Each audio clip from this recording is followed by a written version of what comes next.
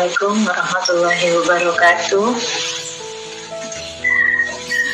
Alhamdulillahirrabbilalamin. Wassalatu wassalamu ala asrafil anbiya'i wal mursalin wa ala alihi rasulillahi ajma'in. Asyhadu an la ilaha illallah wa asyhadu anna Muhammadar Rasulullah. Allahumma shalli ala Muhammad wa ala ali Muhammad. Alhamdulillah, teman-teman sekalian yang dirahmati Allah, hari ini kita bisa bertemu meskipun lewat virtual. Senang bisa berada di sini bersama kalian siswa-siswi SMP ITL Uswah Tuban. Pada kesempatan ini kita akan membahas tentang potensi yang kalian miliki. Baik, sebelum kita mulai, saya akan membagikan materi. Baik, kita lihat yang pertama sekali. Kita akan membahas tentang bagaimana sih melejitkan potensi diri. Sebelumnya, perkenalkan, saya hari ini akan mendampingi kalian. Kita kenalan dulu. Nama saya ini Novia Fetri Aliza, psikolog. Panggilan saya Aliza. Pekerjaan saya seorang psikolog tentunya. Saya juga seorang dosen di Universitas Muhammadiyah Yogyakarta. Dan yang paling utama adalah saya seorang ibu dari 2 orang anak. Bila teman-teman main ke Jogja, silahkan mampir. Alamat rumah saya ini Jalan Pleret, nomor 236, RT 3, RT 4, Kecamatan Ampel Ketawang, Banding, di Sleman. Kampus saya tentu saja di alamat kantor saya di Kampus Terpadu UNY, gedung 6 lantai 1, Jalan Brawijaya, Taman Tirto ya. Jika punya kesempatan, silahkan mampir di kantor saya. Bila teman-teman ingin chat lewat email, silahkan email saya noviapsikologi@gmail.com. Nanti bisa diminta lewat Ustazah Laili ya. Terima kasih Ustazah Laili untuk kesempatannya kali ini. Kesempatan yang bagus insya Allah ya, kita bisa memulai dengan mengenali potensi, melejitkan potensi. Semoga dengan tayangan video singkat ini teman-teman bisa mengenal tentang potensinya dan tips sederhana untuk melejitkan potensi yang kita miliki. Baik, kita awali dengan konsep dasar tentang potensi manusia. Teman-teman sekalian, sebagai seorang manusia, tentu sebenarnya potensi itu ada 2 aspeknya.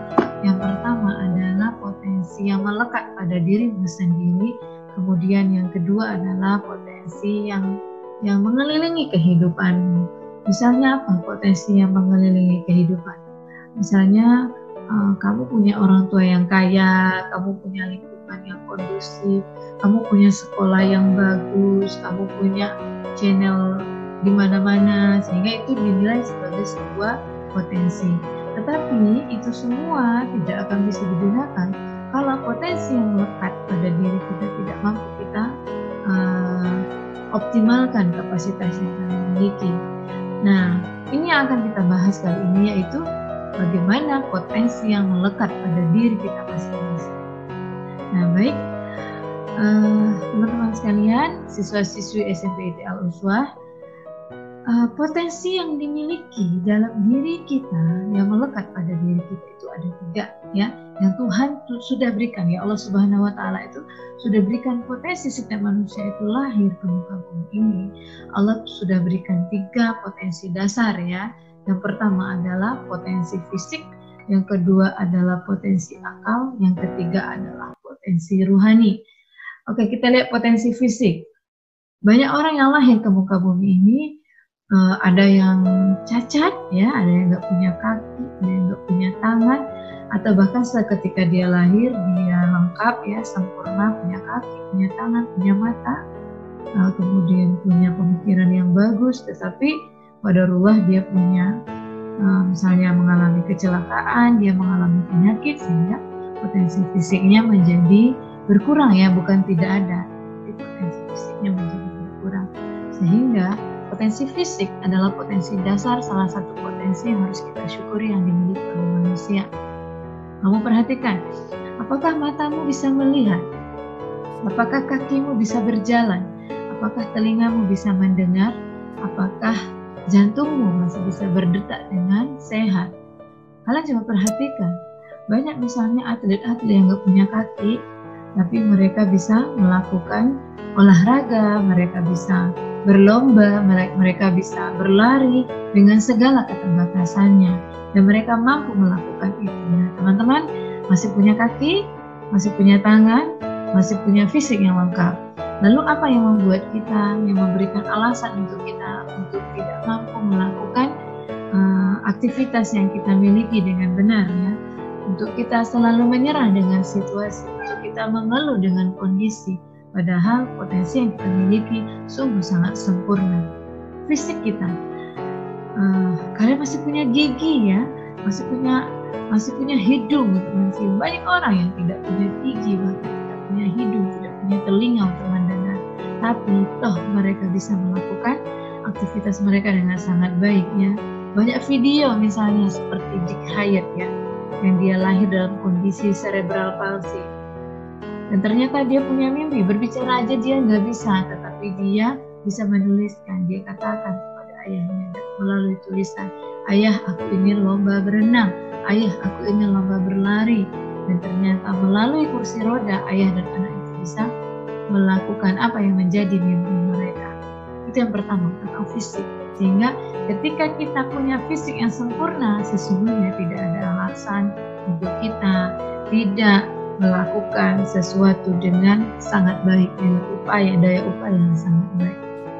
Nah, kemudian potensi yang kedua adalah potensi akal, ya.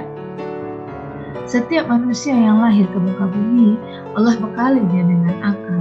Akal lah yang membuat mereka berbeda dari makhluk ciptaan Allah yang lain.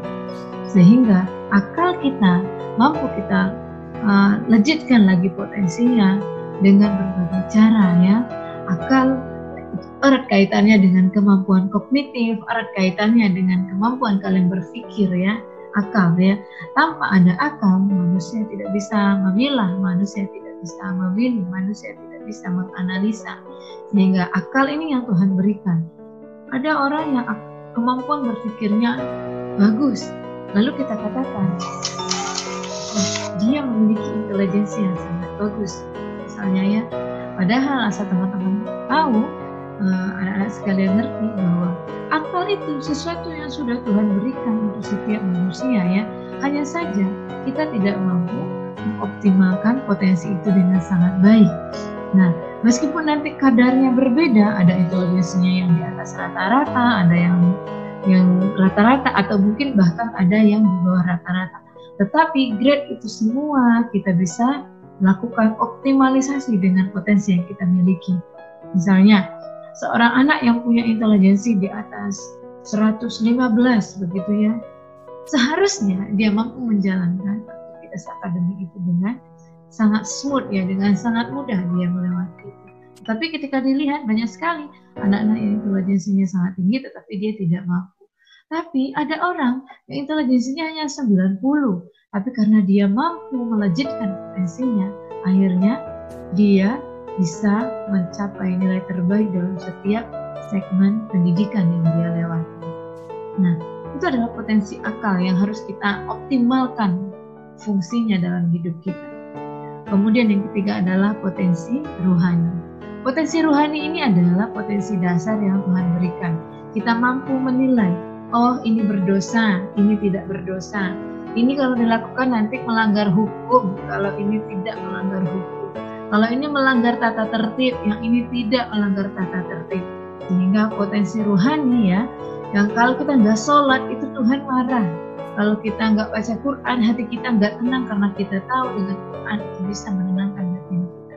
Sehingga itu adalah potensi ruhani yang harus kita optimalkan perannya sehingga kita mampu meminimalisir kesalahan-kesalahan yang kita lakukan dalam kehidupan. Itu adalah potensi dasar. Kita lanjutkan. Nah, mengapa sih potensi itu harus kita legitkan? Maksudnya melejitkan ini adalah kita harus mengoptimalkan fungsinya, mengoptimalkan kapasitasnya. Jadi kalau kapasitas kita seharusnya mendapat nilai 9, maka kita seharusnya tidak boleh mendapat 8. Dengan cara apa? Melejitkan potensi kita. Kita seharusnya mampu mengembangkan kapasitas kita menjadi kapasitas yang paling optimal dalam hidup kita. Nah, teman-teman perlu pahami bahwa kita adalah apa yang kita pikirkan. Kalau teman-teman berpikir bahwa kalian adalah anak yang bodoh, maka kebodohan itu akan selalu mengitari kehidupanmu. Maka kamu akan dikelilingi oleh orang-orang yang bodoh. Maka kamu akan selalu ditemukan dalam fakta-fakta bahwa, oh ternyata kamu bodoh. Lama-lama kamu memiliki sebuah keyakinan bahwa kamu benar-benar orang yang bodoh. Nah, sehingga kalau mau melejitkan potensi, jangan sesekali kita memikirkan bahwa diri kita adalah sesuatu yang negatif, yang buruk-buruk. Maka pikirkanlah, arahkan semua DNA-mu, arahkan semua pikiranmu bahwa kamu pantas mendapatkan sesuatu yang positif, bahwa kamu adalah seseorang generasi yang terbaik. Kata Allah, kuntum khaira ummah ukhrijat linnas. Yakini itu bahwa kamu adalah umat yang terbaik yang Tuhan sudah lahirkan kamu ini. Bukan seseorang yang abal-abal ya, bukan seseorang yang gagal produksi ya. Nah, kamu adalah umat yang terbaik. Maka yakini itu, hadirkan dalam pikiranmu bahwa kamu adalah seseorang yang terbaik. Nah, semakin kita berpikir baik, semakin kita berpikir positif terhadap diri kita, yakinlah energi positif itu akan selalu mengelilingi kehidupan. Nah, kemudian yang berikutnya adalah kenapa kita harus melejitkan potensi? Kita harus memahami bahwa kemampuan yang kita miliki itu jauh lebih hebat dari apa yang kita bayangkan. Mungkin selama ini kita membayangkan, wah kayaknya pelajaran matematika itu susah, saya selalu dapat nilai 5. Ya iya, karena saya bodoh misalnya ya. Nah sebenarnya tidak seperti itu. Otak manusia ini diciptakan oleh Allah itu tidak terbatas jumlahnya. Tidak ada yang mampu menghitung berapa miliar sel-sel syaraf yang Tuhan sudah ciptakan di dalam otak ini. Dia sangat kompleks ya. Dia sangat hebat sekali. Maka sesungguhnya kamu adalah jauh lebih hebat dari apa yang kamu bayangkan. Sehingga jangan sesekali berpikir, wah udahlah aku nyerah begini, aku nyerah dalam situasi ini. Tidak. Ingat faktor yang ketiga, air yang diam akan mengotori dirinya sendiri. Semakin kamu diam, kamu tidak bergerak, maka kamu akan membuat dirimu semakin kotor ya. Pernah melihat air ya? Air kalau dilihat diletakkan di sebuah wadah, itu lama-lama lalat itu belatung macam-macam akan muncul di sana. Dia akan terlihat semakin kotor. Padahal sifat dasar air itu sebenarnya kan mensucikan dan membersihkan. Air yang bersih sekalipun, kamu diamkan dia di satu tempat tanpa dia digerakkan, tanpa dia dilakukan apa-apa, maka dia akan mengotori dirinya sendiri. Begitu juga dengan hidup kita. Kalau kita hanya diam, ya stay tune ya, diam saja di tempat, tidak melakukan daya dan upaya, tidak melakukan aktivitas apa-apa, kamu menyerah dengan situasi, kamu menyerah dengan keadaan, maka ingat, kamu akan menyakiti dirimu sendiri, kamu akan mengotori dirimu sendiri. Manusia terdiri dari 70% lebih ya, terdiri dari air. Coba kamu bayangkan kalau ada seorang manusia yang tidak bergerak, ya kerjanya cuman tidur, duduk, tidur, duduk. Ingatlah, kalau itu terjadi, maka yakin saya bahwa penyakit macam-macam akan menggerogoti di dalam tubuh kalau dia tidak melakukan aktivitas fisik ya. Karena sifat dasar itu, kalau dia di sifat dasar air itu, kalau dia diam, maka pasti akan menjadikan dirinya mengotori dirinya sendiri. Nah, inilah 3 alasan utama kenapa sih kita harus melejitkan potensi yang kita miliki. Nah, pertanyaan berikutnya tentu muncul, bagaimana tuh melejitkan potensi itu? Nah, kita sudah tahu potensi tadi ada 3, ada potensi fisik, ada potensi rohani, dan ada potensi akal. Gimana cara melejitkan semuanya itu? Nah, ada beberapa tahapan yang harus kita lakukan. Yang pertama, kenali kemampuan terbaikmu ya. Gimana ya caranya mengenali kemampuan terbaik? Lakukan bermacam ragam aktivitas yang berbeda, kemudian rasakan sensasinya. Kapan kamu merasa paling bahagia? Dan kapan kamu merasakan paling puas terhadap aktivitas yang kamu lakukan? Maka yakinlah itu adalah kapasitas terbaikmu.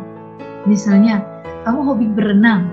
Ketika berenang, kamu selalu mendapatkan juara 1 dibandingkan teman-temanmu. Yakin saya bahwa kamu kapasitas terbaikmu adalah di bagian renang ya. Atau misalnya Kamu merasa ketika menghabiskan waktumu dengan menghafal Quran, kamu tidak merasakan waktu yang lama ya, bahkan 3 jam, 4 jam, kamu biasa memurojaah Al-Quran. Kamu, potensi terbaikmu adalah di sana. Kamu pintar menghafalkan sesuatu ya. Nah, kamu mampu berlama-lama di sana, kamu sangat excited dan kamu mampu menunjukkan sesuatu yang cukup baik selama ini dibandingkan dengan teman-teman. Lalu, ketika kamu sudah tahu itu, bahwa itu adalah kemampuan terbaikmu, keep itu, pegang itu sebentar ya. Nah, ketika itu kamu sudah tahu, lalu fokuskan semua energi yang kamu miliki terhadap kelebihan yang kamu miliki. Ya, fokuskan itu.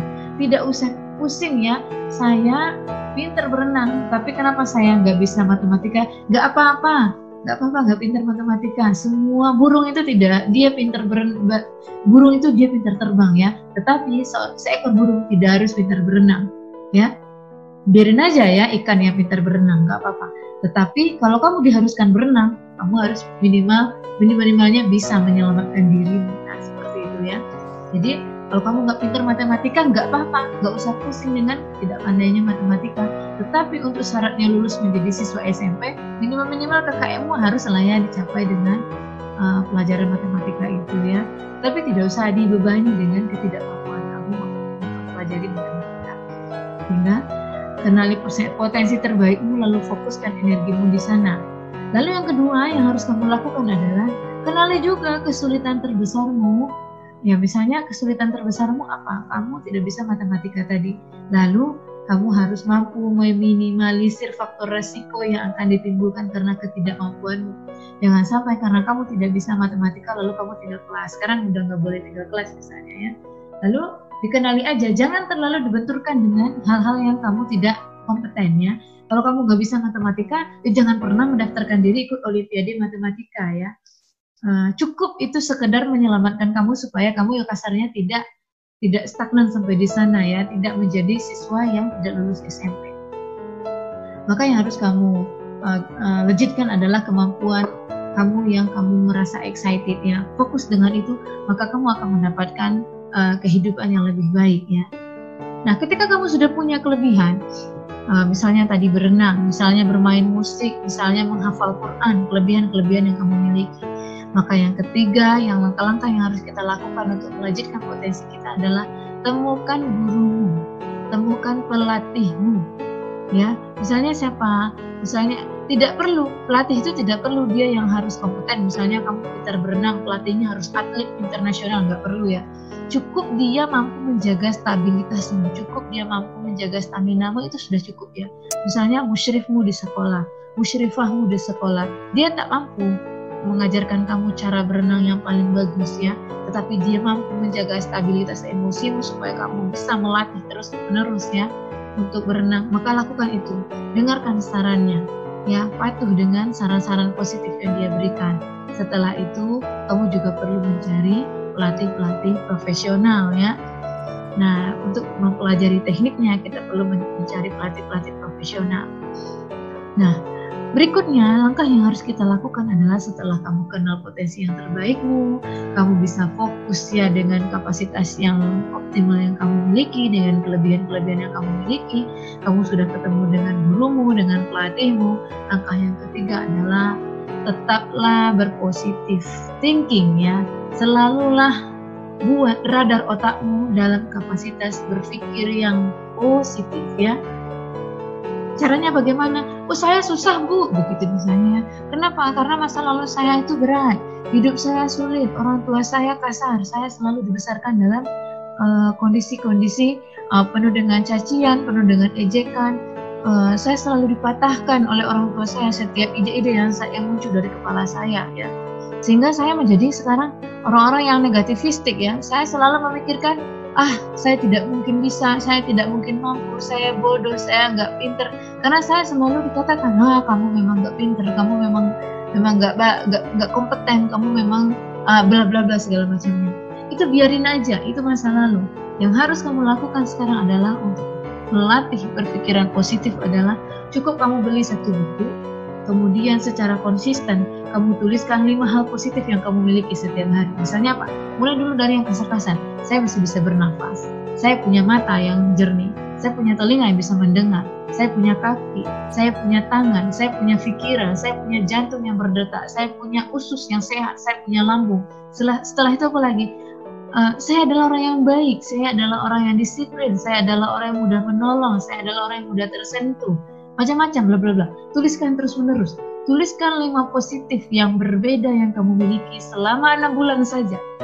Insya Allah setelah itu, saya yakin kamu akan mampu mengarahkan pikiranmu untuk menjadi pribadi-pribadi yang fokus dengan hal-hal positif yang kamu miliki. Siapa yang tidak punya hal negatif dalam hidup? Pasti dia ada ya. Tetapi bagaimana kita menyikapi? Apakah kamu akan fokus dengan positif atau yang negatif yang ada di dalam dirimu?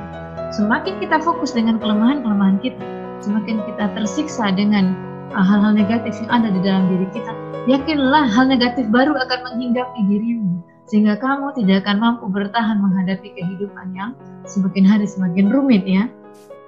Kemudian langkah kelima, teman-teman siswa-siswi SMP IT Al-Uswah, ingatlah yang seperti yang saya katakan tadi, you are what you think ya. Kamu adalah apa yang kamu pikirkan.